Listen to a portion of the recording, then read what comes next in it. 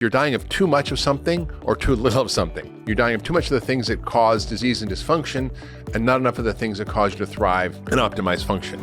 I want to talk about how do we get an accurate assessment of how old we truly are today? What are the tools, the techniques that are out there that are available today that we never really had access to before to see how actually old we are on a biological level? Absolutely, Drew. It's so great to be with you on the podcast again. You know, most people think of their age based on their birthday, right? Their birthday is what it is and their age is what it is, and there's no changing that. And that's your chronological age. But the science of longevity has now helped us to unpack a very different view of aging, which is the difference between our biological age and our chronological age. And now we have tools, metrics to measure our biological age, which we never had before, based on emerging science, looking at DNA methylation, looking at immune age, and I think other ways through the lens of functional medicine, looking at the array of biomarkers that we can collectively assess someone's state of health. So I use all these metrics to come up with a sense of what's going on with someone's body. But the key one that's being used to assess any kind of intervention. So how do you know if you do some type of dietary change like intermittent fasting, or you do some type of exercise like strength training, or you take this supplement like quercetin, and what is it doing? Is it working to affect your biological age? Well, now we have a metric based on DNA methylation, which is essentially this process that marks your DNA with little tags to determine which genes are expressed or not. So you can't change your genome. Your genome is fixed. You've got 20,000 genes. That's it. Maybe there'll be gene editing and super fancy robotic techniques through nanorobots to change your genes at some point. We're not really there yet, but we can change the epigenome, which it means epi means above. So above your genes is this control mechanism. So your genes are like the piano keys on your piano. The epigenome is like the piano player. And the piano player can play jazz or rock or reggae, whatever the heck you want. So you can change the epigenome by how you live. So everything you do, every bite of food you take, every thought you have, every time you exercise, how your sleep is, what toxins you're exposed to, what's going on in your microbiome, everything that washes over you throughout your life, the sum total of all the experiences, what we call the exposome, controls the epigenome. And you have control over all of that. Well, most of it. You can't control the toxins in your environment as much as we'd like, but you can limit them. You can restrict your access to certain foods that may have more toxins like pesticides or heavy metals. But for the most part, we can regulate our epigenome and we can reverse our biological age using the strategies that I talk about in my book, Young Forever, which is about how do we take the science of longevity, pair it with the science of functional medicine, and come up with a roadmap for how people can activate their longevity switches to reverse their biological age. So I did my epigenetic test, which is a blood test, which looks at these DNA methylation patterns, and I found my biological age was 43. Now I'm going to turn 63 in a week, but I'm 43 biologically, which is cool. I'm trying to get to 25. I don't know if I'll get there, but I'm working on it. That's great. And before we talk about your central thesis that really the whole book is about, and it sets up the book, just is there one or two of those that is pretty easily available for folks, right? You mentioned a whole slew of different tests that are there, but if there was one test that people wanted to do to get a good sense of sort of their biological age, would you pick from that list that you have? Yeah, I think, the DNA methylation test is right now being used primarily to look at interventions for longevity. And it's available through various commercial labs that you can buy and get through various online programs and tests. So it's pretty easy to get. The lab that I used was True Diagnostic. I don't have any affiliation with them, but they do a good job in terms of determining DNA methylation. There's a lot of other groups doing it from people at Elysium and Yale, and other groups are looking at how do we sort of commercialize these tests. So there's a lot of companies commercializing them. And I actually did all of them, and I found there was a lot of variation. So I still think this is being tweaked, but through looking at the evidence of many of the studies that have done interventions to see if they can reverse biological age, the reality is that we can sort of track these things. So that's what I would recommend for people to track. And in the example of like DNA methylation, like the one you mentioned, how often might somebody want to check in on that after they've made some major changes in their lifestyle, or they're following your program and they wanted to check back in on it?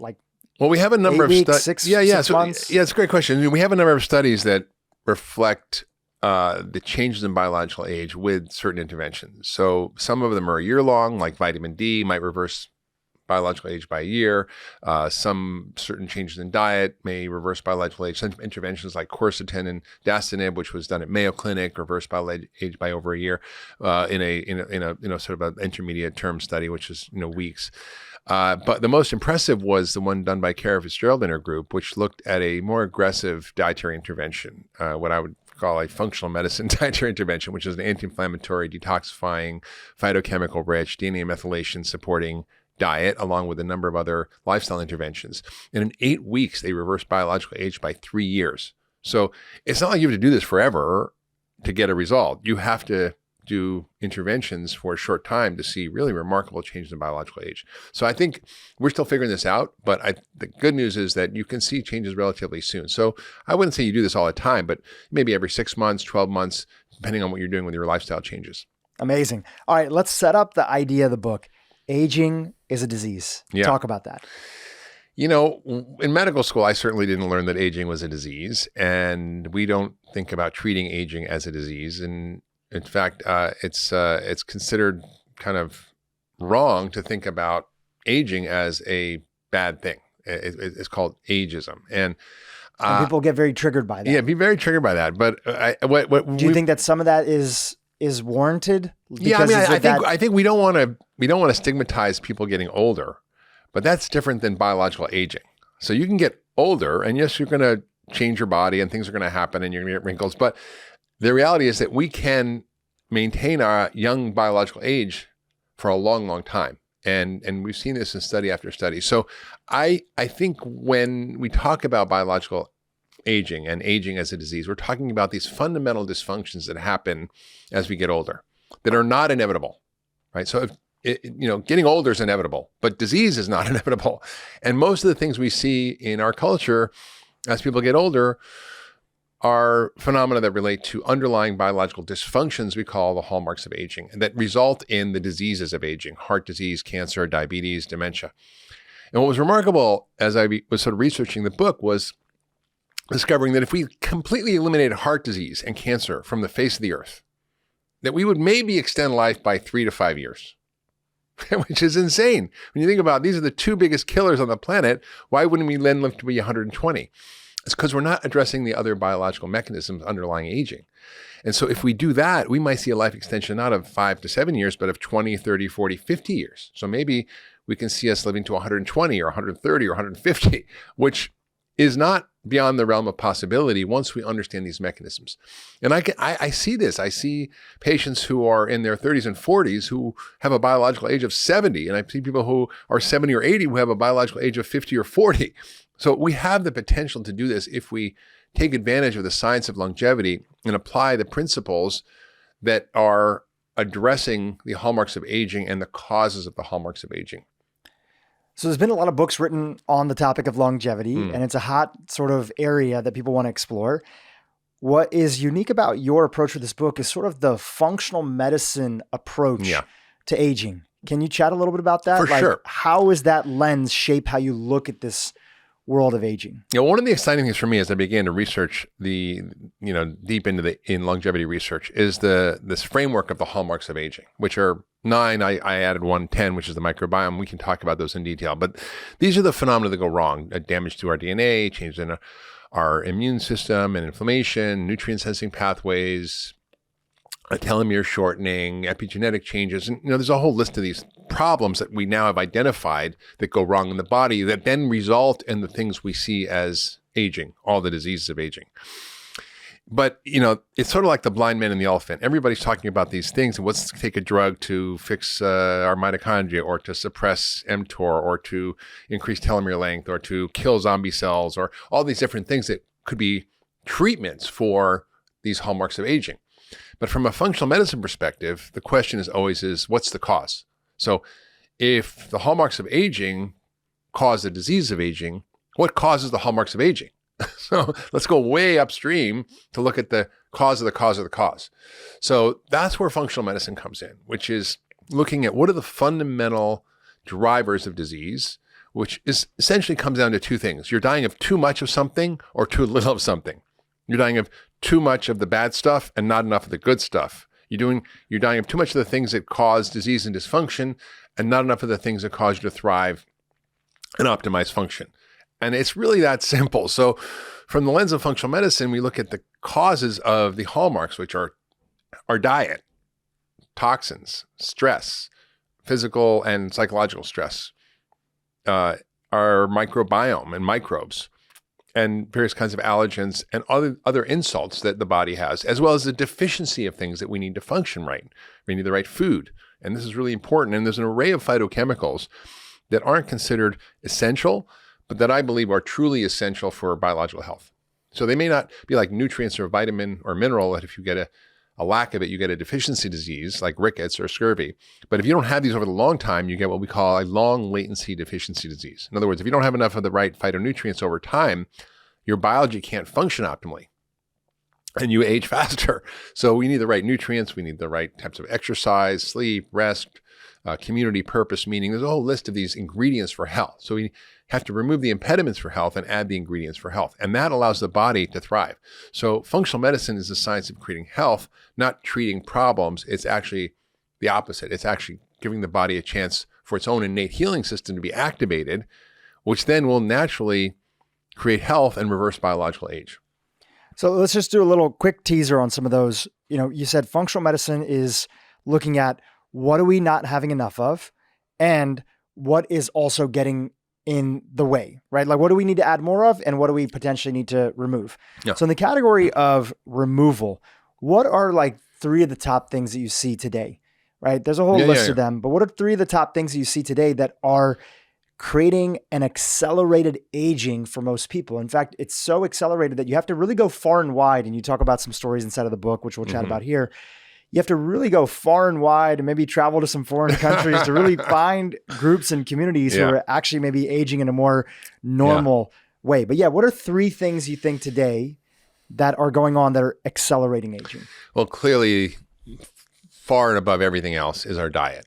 And you put that as number 1. Yeah, for sure. I mean, sometimes people talk about thoughts, sometimes people talk about toxins, but you're saying like number 1, you really feel is diet. Absolutely. I mean, the single biggest input to your biology every day are the pounds of food you eat every day. And the information in that food is in real time changing your biology and regulating everything that's going on. In fact, I call them the longevity switches, which is kind of a term I made up in the book. But essentially, there's these 4 nutrient sensing pathways that regulate biological aging. And these pathways are one of the hallmarks of aging. So one of the hallmarks is called deregulated nutrient sensing.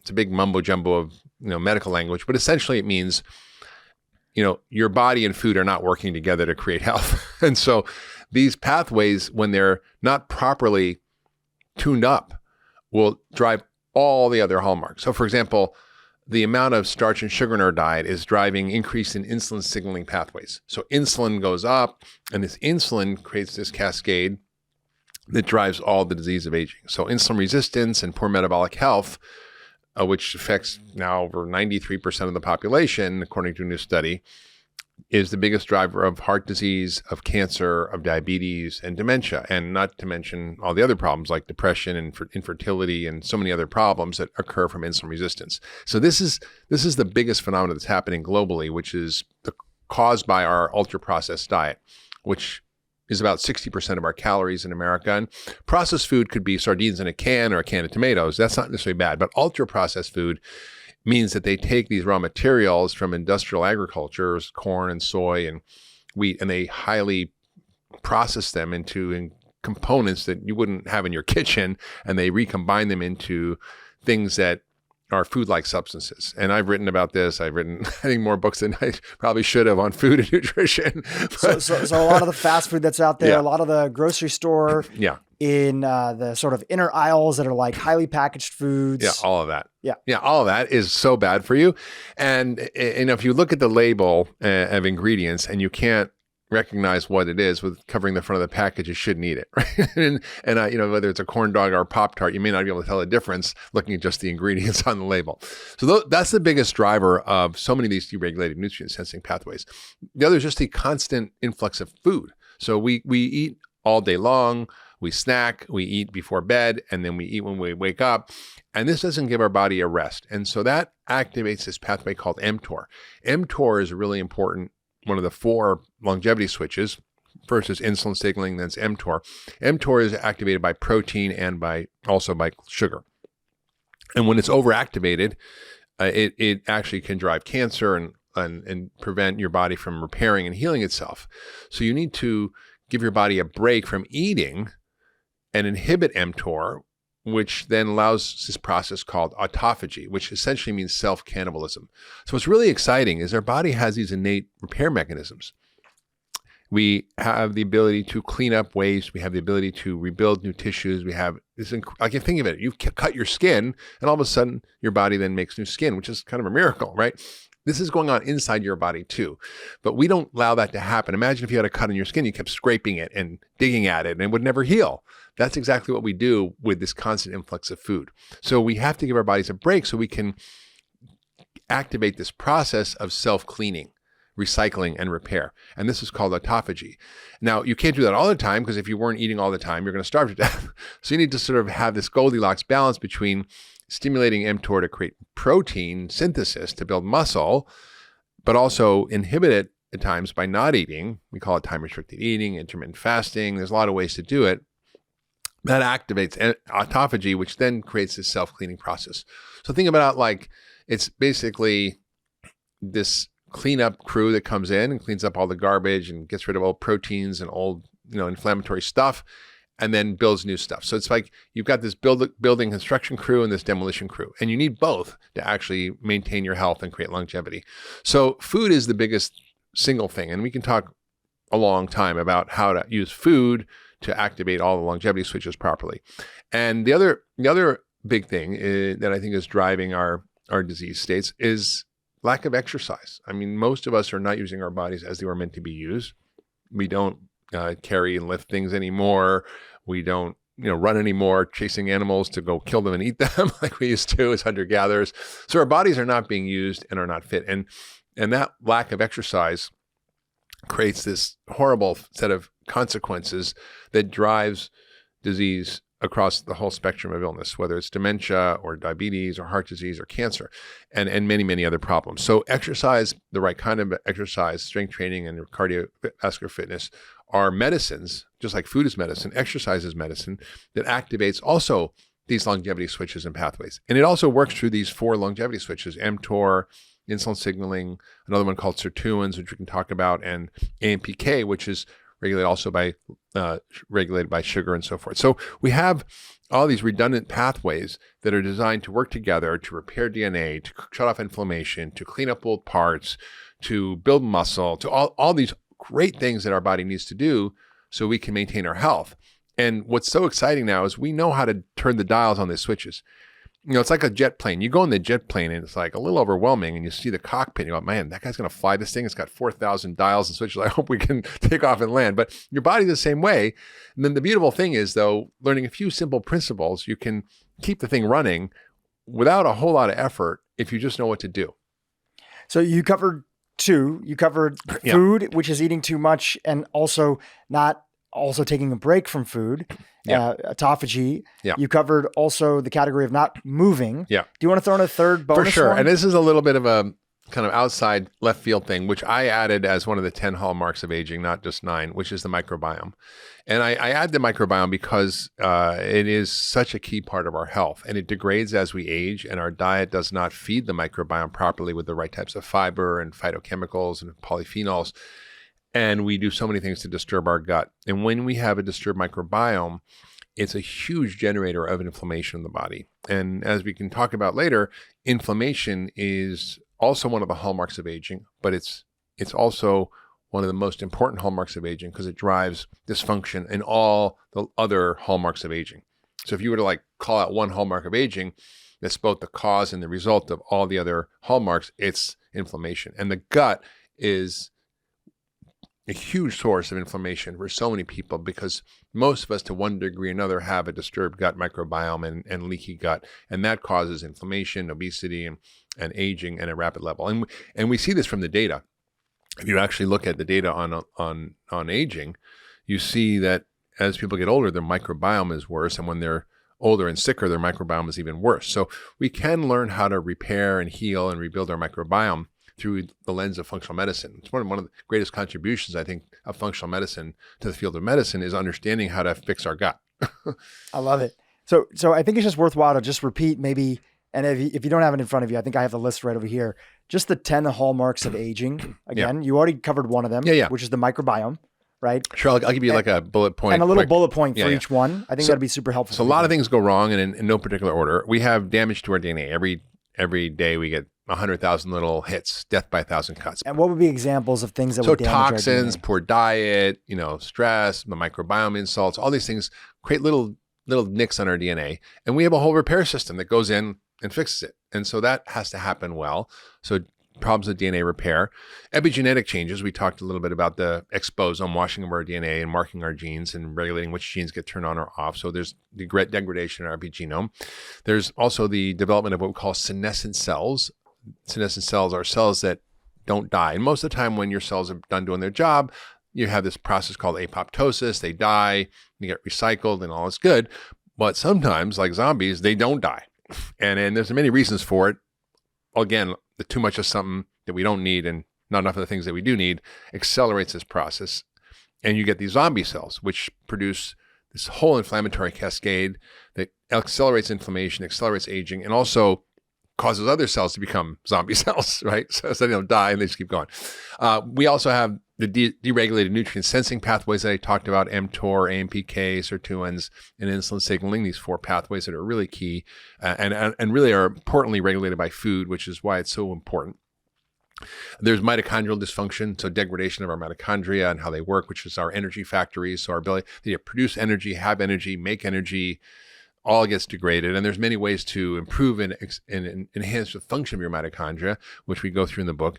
And there's telomere shortening. Telomeres are the little end caps, like the end of your shoelace things, a little thing on your shoelace that prevents them unraveling. Every time your DNA has replicated, you have to replicate cells all the time. It has to open up and then it has to close up. And the telomeres are part of that regulation. And as we age, our telomeres shorten. And when they get too short, you die and you can't replicate anymore. So that's bad news. And then there's the microbiome. I added that one, so that was mine. But I think other people are also adding this too and thinking about this. But degradation of the microbiome, the dysbiosis that results in inflammation throughout the body and leaky gut, and that's a huge factor in accelerated aging.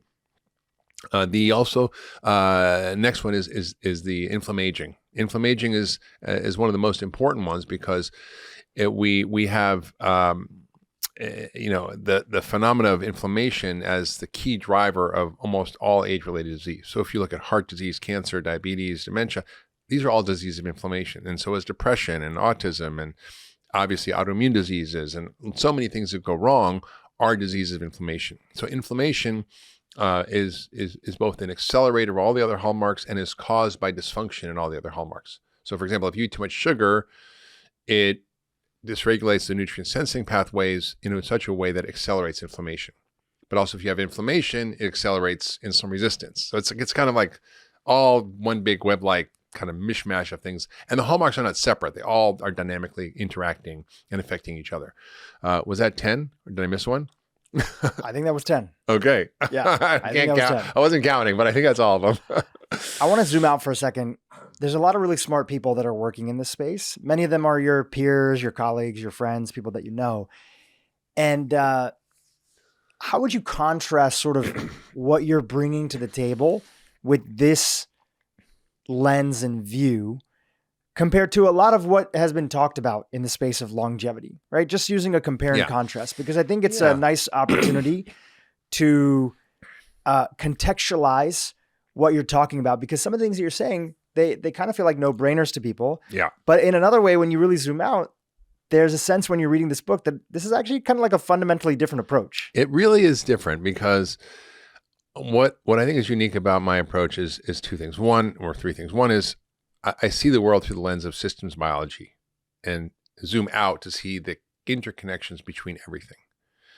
And I'm able to sort of see the patterns in the emerging research based on this overarching paradigm shift in medicine called systems biology, network medicine, functional medicine, Two, I've had 30 years of experience of treating patients using functional medicine. And I've had the unique ability and the rare opportunity to have a really deep dive on people's biology because of the nature of the places I worked at Canyon Ranch and my own practice, where people came and they could do, thousands of biomarkers. So I literally have thousands of biomarkers on tens of thousands of patients over decades. And that gives me a unique lens into what happens when you change different variables, diet, exercise, stress, supplements, whatever you're doing, to optimize people's biology. So I've seen remarkable things that would seem like miracles that I know work because we've done them and they're repeatable.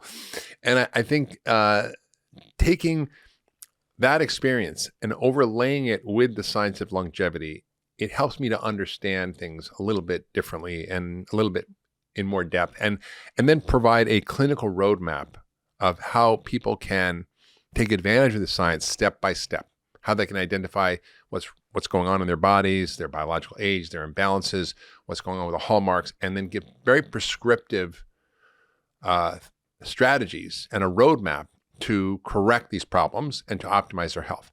So I'm coming at it from a doctor's perspective. There are a lot of scientists who've written books who are researchers, and they're great, and I've learned a lot from them. But they haven't seen a patient, and they haven't treated a patient. They're treating mice, or they're treating monkeys, or whatever, which is helpful to understand the biology. But it really is very different than putting together a comprehensive strategy for people to assess and optimize their biology. So I think that's what's quite different. Are there any hacks, prescriptions, supplements that you feel, before we get to kind of your list of recommendations that you have, and you've already talked about food, you've talked about some lifestyle things, we'll tease out a few others. Do you think that there's anything that you see out there right now that is getting a little bit too much weight as a solo intervention for longevity and aging? So Dhru, everybody wants a quick fix. Everybody's looking for the magic pill to extend their life because they don't want to make all the other changes. And there's a lot of people out there prescribing and taking metformin, which is a drug that was discovered in 1957 that's been most widely used for the treatment of diabetes. And it helps improve insulin sensitivity and insulin resistance, and it works on one of the key longevity pathways called AMPK, which is really important. And it can help in ways that other diabetes drugs don't, which often in a way make it worse by increasing insulin. So this is actually a relatively good drug for diabetes. However, looking at the data from the functional medicine perspective, it's important to look at how does it work, how good does it work, and how is it compared to other interventions that may work better. So the right now there's a lot of research going on. There's a big trial right now called the TAME trial, treating aging with metformin or targeting aging with metformin, which is it's important because they're doing a clinical trial to determine whether or not this really has an impact. But there's a study that was done many years ago called the Diabetes Prevention Trial. And this diabetes prevention trial was about 1,000 people who were pre-diabetic. And they gave them either nothing, lifestyle changes, or metformin. And the metformin group had a reduction in the progression of diabetes by about 31%. The lifestyle group had a reduction in the progression of metformin into diabetes by 58%. And the diet and the lifestyle program was not optimized for diabetes because it was done in the days when we thought a low-fat diet was the cure for diabetes. 1990, right? It was when this study was done. Right. So like if you look at the data, for example, from Sarah Hallberg and others that I talk about in the book, they use a ketogenic diet for treating not just pre-diabetes, but for advanced type 2 diabetes. And we're able to completely reverse type 2 diabetes in advanced diabetics with a ketogenic diet. And they're able to get 100% of people off the main diabetes drugs and about 90+% off insulin and have a weight loss of 12% and improve all the cardiovascular biomarkers, which you would expect may get worse on a high-fat diet. So it's kind of like, well, if you did the diabetes prevention trial with a ketogenic diet and compared it to metformin, it would probably be like, 100% versus, prevention of diabetes to compared to like 58% or 31%. So I'm dubious about it. I'm not prescribing metformin for longevity at this point. I think lifestyle works far better.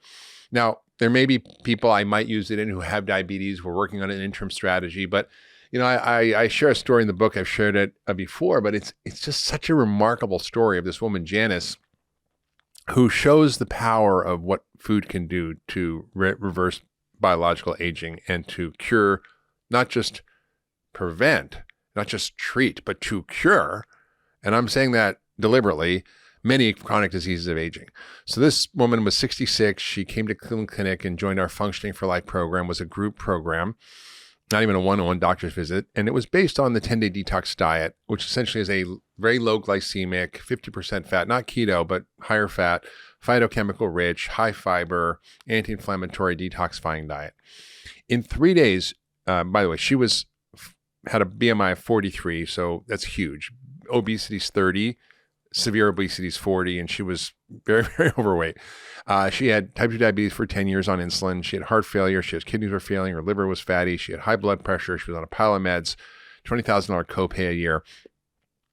In 3 days, she was off her insulin. In 3 months, her A1C, which is your average blood sugar, going from 11, which is like probably an average of 300, almost needed to be in the hospital with that number, to perfectly normal at 5.5. Off of all her medications, and her heart failure reversed, and her kidneys normalized, and her liver normalized, and her blood pressure normalized.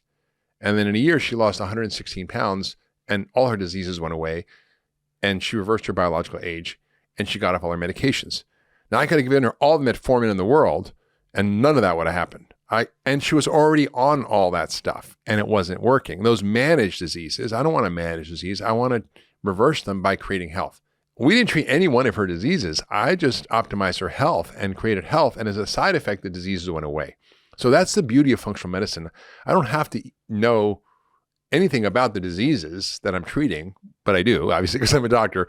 All I have to do is use the science of creating health, AKA functional medicine, and the diseases go away as a side effect. I love it. I want to take a little quick pause and actually go through something that you've put together in your book, which is a great resource for folks. And it's your approach to the food pyramid. And I kind of want to walk through it really quickly. Okay, sure. Because people are so interested, you're the food is medicine doctor, and they're so interested about how you think about food and what to prioritize. And I think a thing that a lot of people don't necessarily know about your work is like, you really encourage people to get to a place where they have metabolic flexibility. Yeah, for sure. Where they can enjoy a lot of different types of foods, but when their foundation is solid, that makes them able to do that. You're not the guy that's saying, don't ever eat sugar. You're not the guy that's saying, don't ever eat, any particular category of things that are there. Yeah. You're the guy that's like, hey, when we have it dialed in, then we can have a lot more flexibility. But first, we got to dial it in a little bit. So this is a little bit different than your 10-day detox diet. Sure, this is your vegan diet, Yeah. right? So I have the food pyramid here. Maybe Patrick, for those on YouTube, we can throw it on the screen. And for those listening on audio, we can link to it as well. So walk us through the top of this food pyramid. And we're going to start off with the top of the pyramid, the little triangle at the top, and help us understand each one of the categories as you walk through. Yeah. Well, first of all, I want to say that there's really two approaches. One is, if you have a disease or a problem, then we take a slightly different approach, which is we personalize the approach.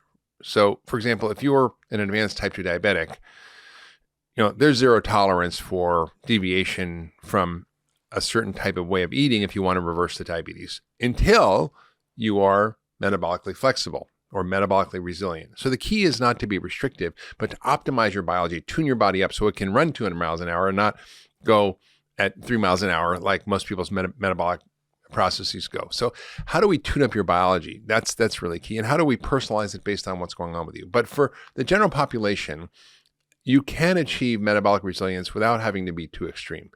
But it really means understanding what is information in food and how to use food to upgrade your biology. So at the top of the pyramid is recreational treats, things like alcohol, sugar, and so forth. And I would just say that, not on the pyramid and not included in recreational treats are ultra-processed food. They're just zero. Like I will never eat an ultra-processed food no matter what. Like if I'm in an airport and starving, I'm not going to eat anything with high fructose corn syrup, trans fats, 1,000 ingredients that are weird. because they're not food. So it would be like eating a rock. Why would I eat a rock? So I just don't. And I think nobody should really eat those foods because they're extremely harmful and they create all sorts of downstream consequences that drive aging and disease and also make us eat more of them because they're designed to be addictive. So that's just a no-no. But Once you start, you can't stop. Yeah. So those are foods we know of, like all the snacks and candies and processed foods.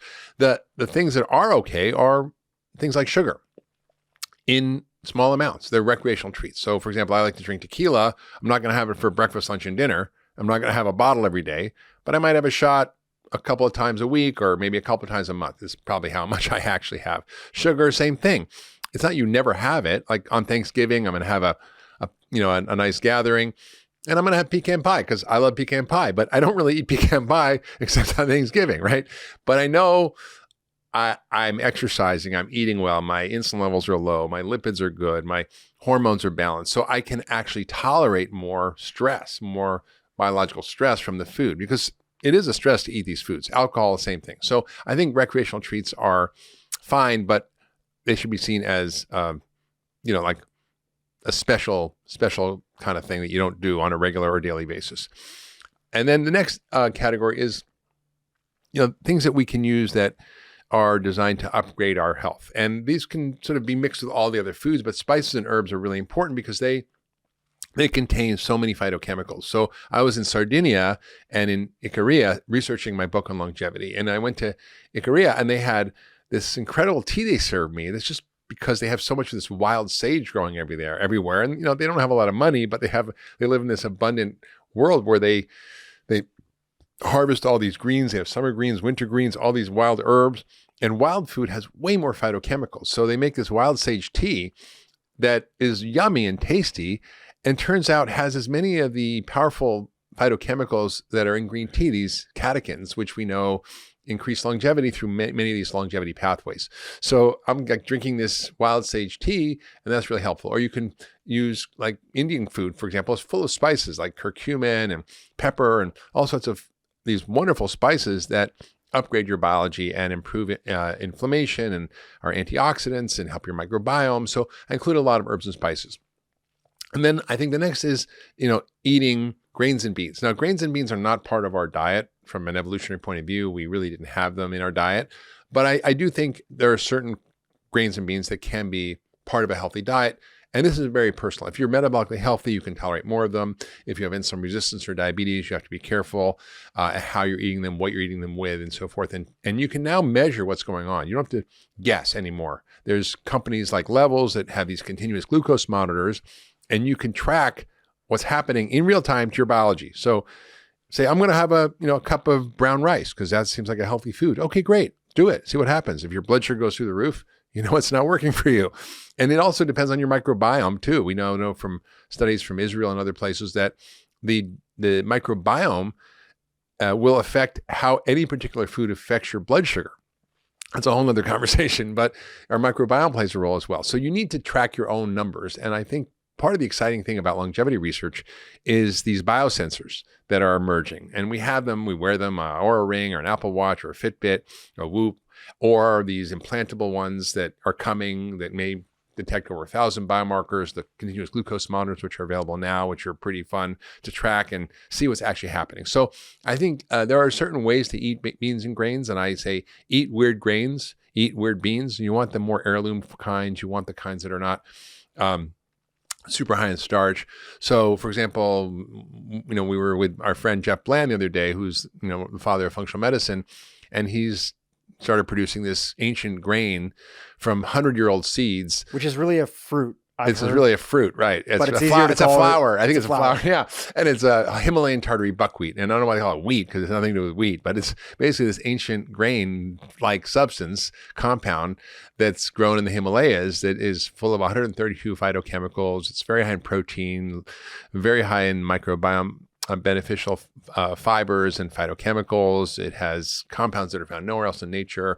And you can make pancakes with it, or you can make noodles with it, or you can, make bread with it. And that might be actually a very healthful food. So there are weird things like black rice or forbidden rice. The emperor's rice is like the blueberries of rice. And that's full of, again, phytochemicals, or certain types of quinoa. These can be fine. And I think it's important that if people want to include these, that's fine. But again, watch what happens to your biology. Look at what happens to your numbers. Track your numbers is so important because most of us don't track what's going on inside. And that's what's so exciting to me for really, we look at the sort of accelerating pace of technology and the accelerating pace of scientific advance. And, what used to, my first computer had 4 megabytes of hard drive and 1 megabyte of RAM, and it cost $3,500. And now I have a supercomputer in my pocket for like a couple $100, right? So that's what's happening in terms of testing, diagnostics. We're going to get there pretty soon.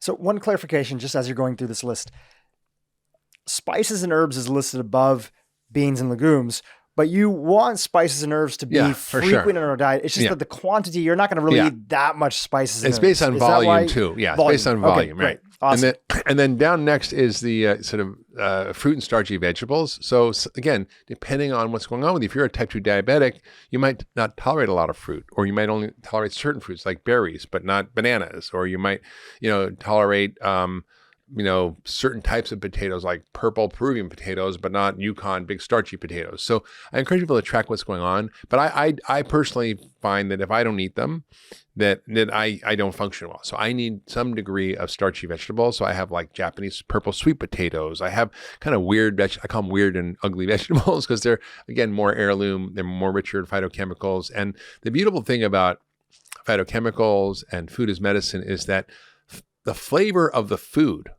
comes from the phytochemicals in the food. I mean, if you look at processed food, the flavor comes from the additives and chemicals and sugar and starch, sugar and salt and fat that's in the food. When you look at these natural foods that are rich in phytochemicals, flavor always is resulting from the phytochemical richness of a food. So the more flavorful a food is, the better it is for you. And Dan Barber figured this out as a chef. He's like, oh God, this butternut squash is like, looks good, but it's sort of tasteless. So how do we get a really yummy tasting squash? So he created the honey nut squash, which was in a way kind of reverse engineering and hybridizing foods to create new varieties that actually are more like heirloom varieties to increase the flavor. But that is only because they're increasing the phytochemical richness of the food. So that's really, really important. So I think again, track what you're doing, watch what you're doing in terms of foods, but track your numbers. The next layer down is protein. And I think this is a very controversial subject, and it's a very confusing subject for people because many longevity researchers are saying, be a vegan, don't eat any animal protein. Minimize animal protein. Minimize or eliminate it as the solution to longevity. And I think a lot of these, just to be honest, these are very smart guys, PhDs, Nobel Prize winners. They're way smarter than I am, but they also haven't treated patients. So, and so I think it's important to understand that when you look at the science of protein and aging, it's really a Goldilocks problem. Too much is not good, but not enough is also not good. So all this centers around this pathway of mTOR. mTOR, like I said, when it's stimulated, builds muscle, which is the currency of longevity. What happens as we age is we lose muscle. It's called sarcopenia. Our muscle becomes like marbled fat, kind of like a ribeye or Wagyu steak instead of a filet mignon. And when that happens, our aging phenomena accelerate. So we become more insulin resistant, we become more inflamed, our hormones dysregulate, our cortisol goes up, our growth hormone goes down. Basically just creates a disaster, plus all the frailty and disability and weakness that comes with it. So you have to activate mTOR in the right way at the right time to maintain your muscle mass. And that's one of the most important things you can do as you age, is maintain your muscle mass. So you need to have the right type, quantity, and timing of protein to do that. And I talk about this in the book, but there was a large survey of all the scientific literature by all the world's leading protein experts. Well, maybe not all of them, but most of them, called the ProAge study. And the ProAge study really looked at what do people need as they age in terms of protein.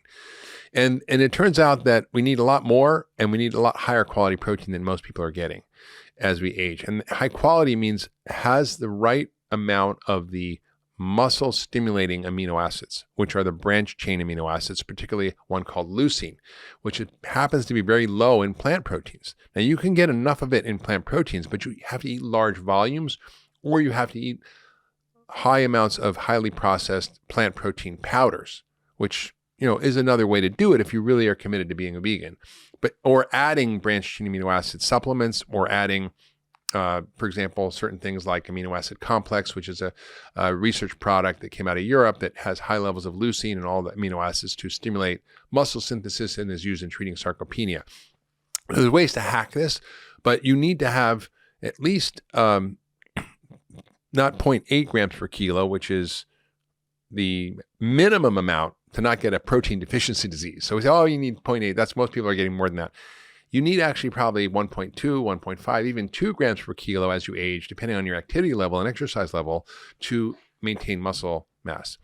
And part of the problem is that as you age, you get something called anabolic resistance. When you're younger, you can put on muscle a lot easier. When you're older, you can't, which means you can't. Anabolic means to build muscle. So you get resistance to building muscle because of the phenomenon of aging, but you can overcome that by the type of exercise you do and the right amounts of protein. So I would say most people need at least a palm-size piece of protein, which is not that much for most people. It's like a 4-ounce piece of chicken or fish.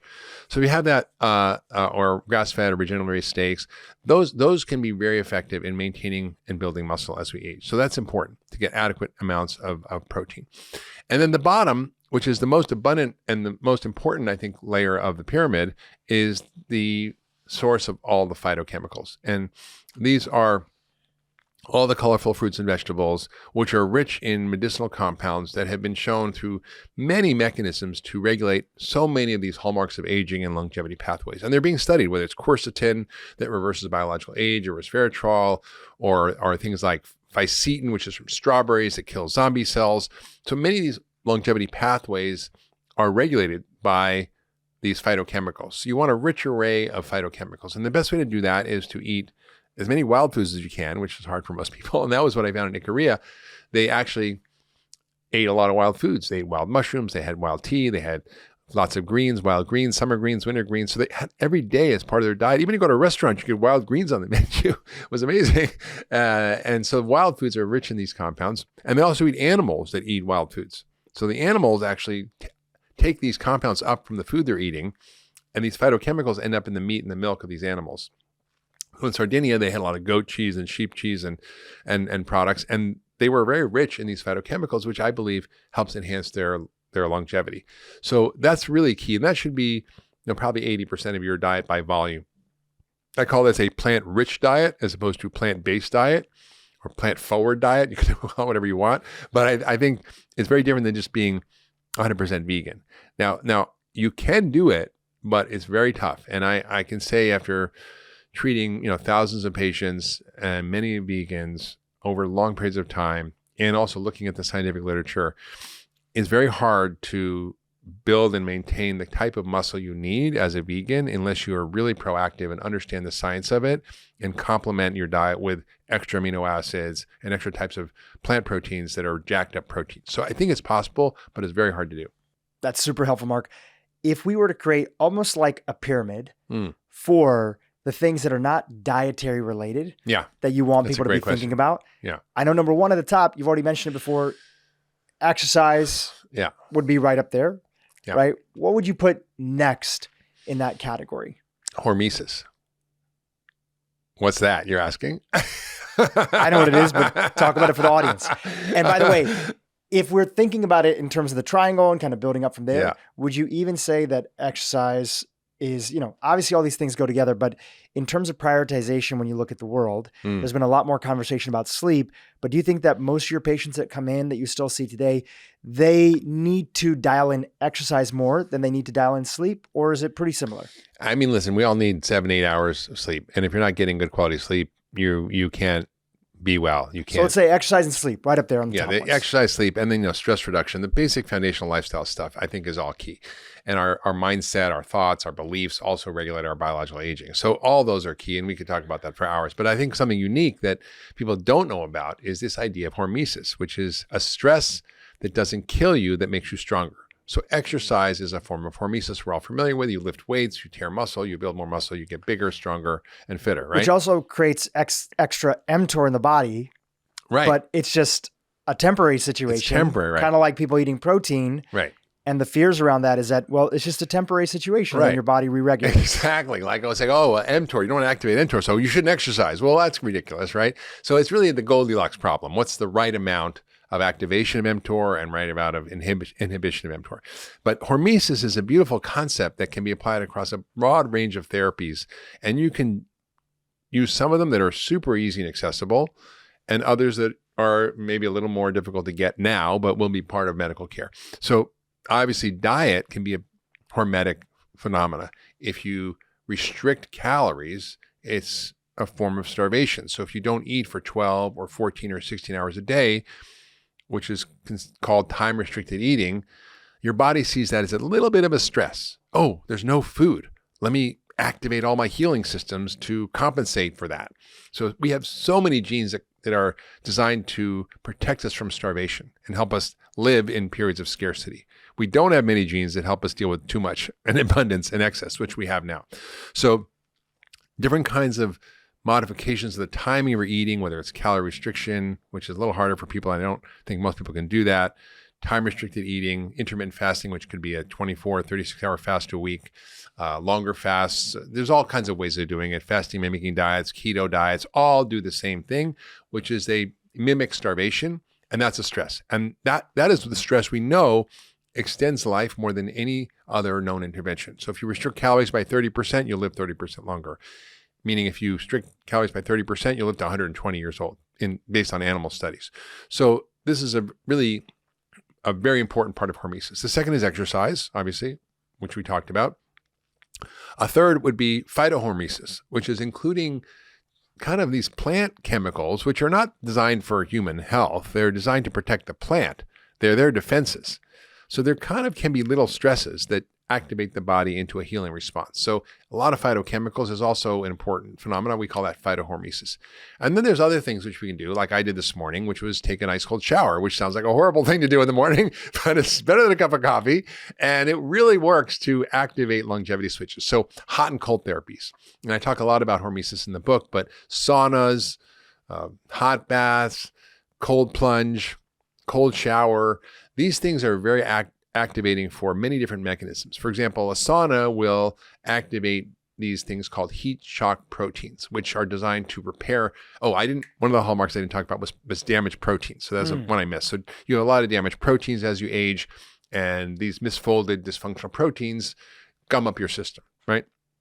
So saunas actually help to repair these proteins and help to either get rid of them or repair them. And it also activates your innate immune system. And in one series of studies that was done in Finland, they found that if you took a couple of saunas a week, and their control group was once a week, because everybody in Finland takes saunas like once a week. So it wasn't even no saunas. It was like more than once a week. It was like 2 or 3 times a week. You know, like a 24% reduction in mortality. If you did it 4 or 5 times a week, it was a 40-something% reduction in mortality. Specifically sauna, not necessarily cold. No, the cold plunge is different, but that activates a lot of neural pathways that enhance dopamine, that activate brown fat, that improve your mitochondrial function, that repair. I mean, cryotherapy. I did this cryotherapy when I was at this hotel in Europe, and I had so much energy. I felt so good. I was like, wow, this is like, taking cocaine without all the bad side effects. So I think it was pretty impressive. So cryotherapy is easy, and most people can do it by taking a cold shower. I have a little steam shower at my house, and I do fill up the bath with cold water. I jump in there, go back and forth. And that's something that most people can access, whether it's a hot bath or a cold shower. Most people have that. And you can get saunas, you can get cold plunges, you can go all the way. Then there's other hormetic therapies that are also important. One of them is, for example, hyperbaric oxygen therapy, which is a stress to the body because you're putting your body in basically a container that increases the pressure on you to 2 atmospheres, which is like being 66 feet underwater, and then pumps in 100% oxygen, which is not normal. That's kind of a stress. And that activates all these healing pathways. And in one really interesting study in Israel, they found that more than any other intervention to date, it kills zombie cells more than any other intervention, and it actually lengthens telomeres more than any other intervention. So that's kind of cool. And then there's other therapies like ozone therapy, which is an oxidative therapy. We think, well, oxidation's bad, but a little bit of oxidation activates your body to respond stronger and turns on all these longevity pathways, improves your mitochondrial function, stem cell production. Oh yeah, stem cell exhaustion was another hallmark that I forgot. So our stem cells die out. So sorry, I forgot those, but now I'm remembering. And so our stem cells kind of poop out, and that activates them. It turns off inflammation and helps you increase your antioxidant enzymes. There's so many things. So ozone's another one. Hypoxia, that's another one. So low oxygen states, another kind of stress. There's machines that actually you can put on your face called a cell gym that will take you up to Mount Everest for a little while and then bring you back down and then give you more oxygen. And that hypoxia state is a stress to the body, and it helps to clean up old mitochondria and repair mitochondria and increase mitochondrial function. So that's another one. You can also get a $50 hypoxia mask, which restricts air, and you can sit at your desk working on your computer and be hypoxic or exercising. And a lot of athletes use these when they're training. They even have these little whistles that you can get on Amazon that do the same thing. You blow out a certain amount of resistance, you breathe in a certain amount of resistance, and that I think is like $12 on Amazon. So also light therapy can be hormetic. So red light therapy actually activates mitochondria and repair healing and DNA repair. So there's a lot of therapies that we can start to include as part of our sort of suite of tools. And some of these, again, like ozone therapy is a little bit hard to get, or hyperbaric oxygen therapy is hard to get. But these are things that are going to become more part of our regular medical care. In the future, do you see them as like they're going to be just part of your normal gym, the way that people have gym memberships? Absolutely. I mean, what's exciting is there's a lot of companies popping up that are providing these various therapies in settings that are outside the healthcare system, where people can go and pay and join these kinds of experiences where they're getting a lot of these therapies like ozone and hyperbaric oxygen and mitochondrial stimulating things like cell gym. So it's out there. It's coming more. Well, Mark, I know we only have you for a little bit more time, but what is the message around this book and the sense of hope that you want to bring to people when it comes to this area of aging, which can feel very scary, especially, people hit these milestone years, 40, 60, 80, whatever it is. There's a sense of, you look around, a lot of people don't even want to actually get older. And you talk to most people, like, I would never want to be 120 and sort of shriveled up in some nursing home and I'm not able to feed myself and I don't know who anybody is. Yeah. So what do you want to say to those folks who think that that's their vision of aging? Well, that's clearly what we see all around us, right? If you lived in Sardinia or Korea or Okinawa, you wouldn't think that, right? But if you live in Sweden, then, every car's a Volvo, pretty much, right? If you live in Texas, maybe you don't see Volvos very often. It doesn't mean that Volvos don't exist. It just means it's not around. And so I think we have to reframe our conception of aging and realize that, if we take care of ourselves properly, just like if we have a car from 1920, that'll still run if we take care of it. It takes a little more attention, a little more love, a little more maintenance. And that's true, right? I can't do the same things and run myself the same way I did when I was 20, but I can still perform at a high level. I can still feel good. I can still, up and out perform my friends who are 30 or 40 years old, because I've learned how to sort of hack longevity, if you will. And I think the message I want people to understand is that what we see around us is abnormal aging. Nobody wants that. But by using the tools and principles in Young Forever, by taking advantage of the science of functional medicine and the emerging science of longevity, we can reimagine aging to look very different. And so my imagination takes me to a place where I'm 120 years old. I go for a hike in the mountains with my partner, my love of my life. I swim in this beautiful lake after, make a delicious dinner, have a bottle of wine, make love, and just drift off into the into the never world. And that's kind of how I want to go. And I think it's really quite possible. I Jeff Bland, who we were just with yesterday, tells a story of his, I think his grandfather, who basically was the patriarch of the family. He was like 100 years old or something, and he had a beautiful dinner with everybody, said his goodbyes, and was kind of having a great meal, and walked to bed and said, I'll see you. This is it. And he basically went to bed and never woke up. He was like checked out. I think that sounds pretty good to me. And I think I also want to just sort of leave people with this notion that, it's not about this sort of narcissistic hedonism of wanting to extend your life.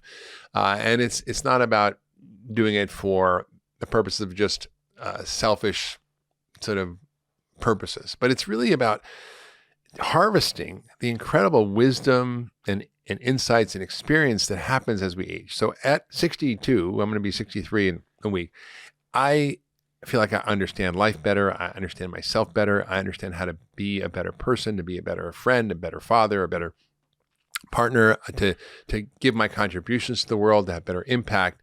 And so imagine harvesting all that for our society, not having to take care of a bunch of decrepit old people, but people who are a vital part of society, who are adding wisdom and value to the world as they get older, and who need less and want less from the perspective of having to climb the ladder of success, right? They've done it, they've got there, and now they can give back. And so that's a very different world.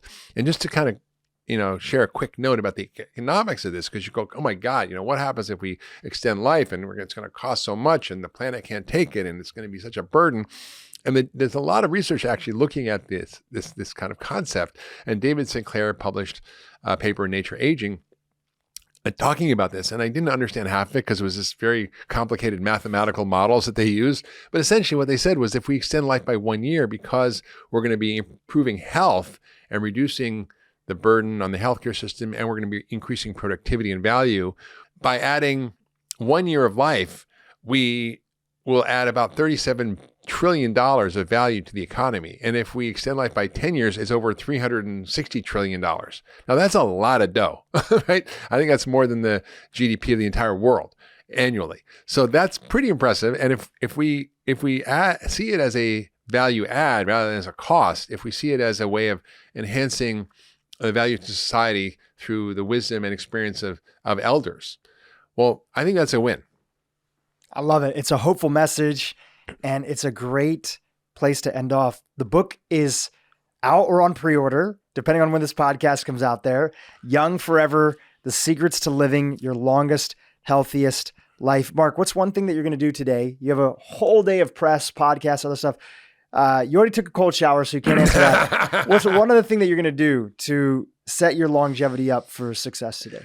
Well, a couple of things. One, I getting a green juice and a protein smoothie for breakfast, which is coming now. And then I'm going to go have dinner with my team and celebrate life and myself and my birthday. And what turns out to be almost as important as anything else is community. If you're part of a knitting group or a bowling club, you're going to live longer. And so being with people you love, you care about, who see you, who value you, who you add your value to, is also medicine. Community is medicine, just as food and exercise are medicine. If you love that last video, you're going to love the next one. Check it out here. Using electrolytes in your water is so important, and not the kind with tons of sugar and all kinds of weird stuff. My favorite one, I have no affiliation with this brand, is called Light Show, Lyte Show, but it's simply liquid drops you can put in a glass of water. And every time I drink, I